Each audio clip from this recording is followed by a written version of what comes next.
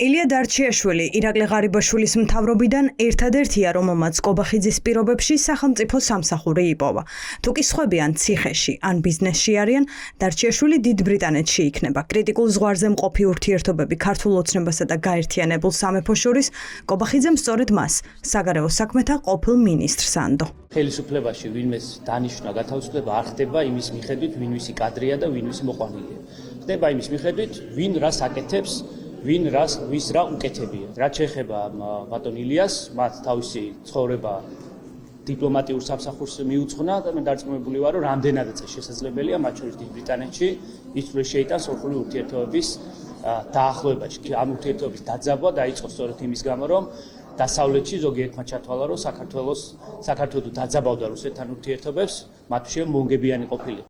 ილია დარჩიაშვილი ქართულ ოცნებაში ირაკლი ღარიბაშვილის კადრად მიიჩნევა. პოლიტიკური კარიერაც სწორედ მის პირობებში განავითარა. ჯერ ღარიბაშვილის მთავრობის ადმინისტრაციას ხელმძღვანელობდა, შემდეგ საგარეო საქმეთა სამინისტროს. კობახიძის მოსვლა მასზეც აისახა. ახალმა ლიდერმა მალევე გაუშვა, თუმცა სხვებისგან განსხვავებით მის წინააღმდეგ საქმე აღძრული არ არის. მეტიც ბრიტანეთთან გართულებული ურთიერთობა მან უნდა აღადგინოს.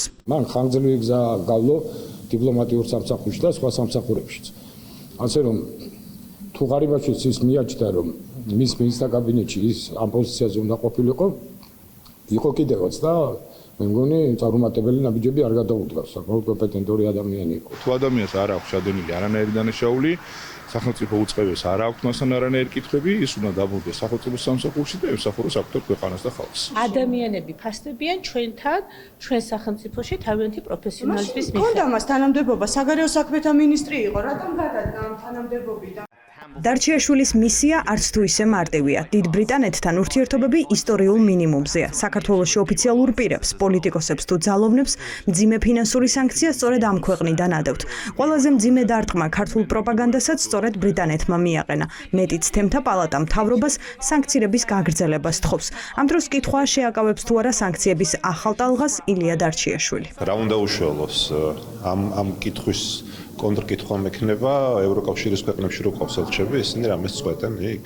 დარჩიაშვილი იყო ის მინისტრი, რომელიც აღარ არის თანამდებობაზე ამ 28 ნოემბრის ცნობილი განცხადების შემდეგ და როგორც ჩანს, ღარიბაშვილის კადრებში ალბათ ერთ-ერთი ყველაზე ჭკვიანი და მოქნილი აღმოჩნდა საიმისოთ, რომ ჯერ კიდევ შეინარჩუნა როგორც მინიმუმ ელჩის თანამდებობა. რა მნიშვნელობა აქვს დარჩიაშვილის სად იქნება? არაფერი გადამწყვეტი, იმიტომ რომ ბიძინა ივანიშვილის პასუხისმგებლობით და დანაშაულით საქართველოსა და დასავლურ სამყაროს შორის, ევროკავშირს შორის, ჩვენ სტრატეგიულ პარტნიორებს შორის არის უმძიმესი კრიზისი და ეს არის ის ანტიდასავლური, ანტიევროპული კამპანია, რომელიც დაიწყო თვითონ ივანიშვილმა. დარჩიაშვილი სრულად თანხმდარაში იყო იმ ანტიდასავლურ კურსთან, რომელიც ირაკლი ღარიბაშვილის დროს დაიწყო და ეხლა უკვე ირაკლი კობახიძის პირობებში გრძელდება.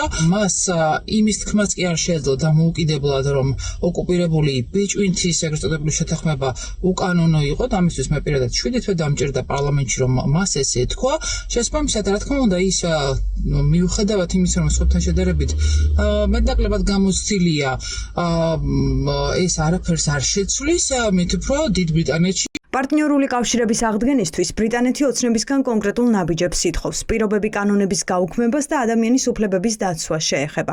კობახიძის მთავრობა არც ერთს გეგმავს და არც მე. ამ დროს დიპლომატიური მისიის დარჩიაშვილისთვის ჩაბარება ზოგიერთისთვის კობახიძის სიგნალია, რომ ის არც არაფერს შეცვლის, რადგან დასავლური კურსის რადიკალური ცვლილება სწორედ მისი მინისტრობის დროს დაიწყო. ილია დარჩიაშვილის დანიშვნა გაერთიანებულ სამეფოში საქართველოს სრულუფლებიან ელჩად არის ძალიან კაფეო გზავნილი, რომ კაცი რომლის პირობებშიც ყველაზე თვალსაჩინოდ დაიწყო ქართული საგარეო პოლიტიკის რღვევა და სპობა არის მივლენილი ერთ-ერთ ყველაზე მთავარ და პოლიტიკურად მნიშვნელოვან ევროპულ დედაქალაქში, რომელთანაც ვითომდა ქართულ ოცნებას ურთიერთობების გადატვირთვა სურს. დარჩიაშვილის იქ მივლენა არის კაფეო სიგნალი იმისა, რომ ის ანტიევროპეიზმი, რასაც დარჩიაშვილი განასახიერებდა, როგორც საგარეო საქმეთა მინისტრი, არის შენარჩუნებული, წარმოადგენს ამ რეჟიმის უპირობო და ურყევ კურსს და რომ ლონდონშიც ეს კურსი იქნება სწორედ წარგზავნილი საქართველოს დე-ფაქტო რეჟიმის სახელით.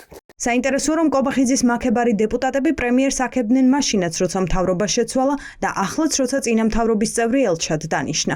როცა პარტია სჭირდება, დარჩიაშვილი გამოცდილი, პროფესიონალი და ეროვნული ინტერესების ერთგულია. ილია დარჩიაშვილი იყო საგარეო საქმეთა მინისტრი.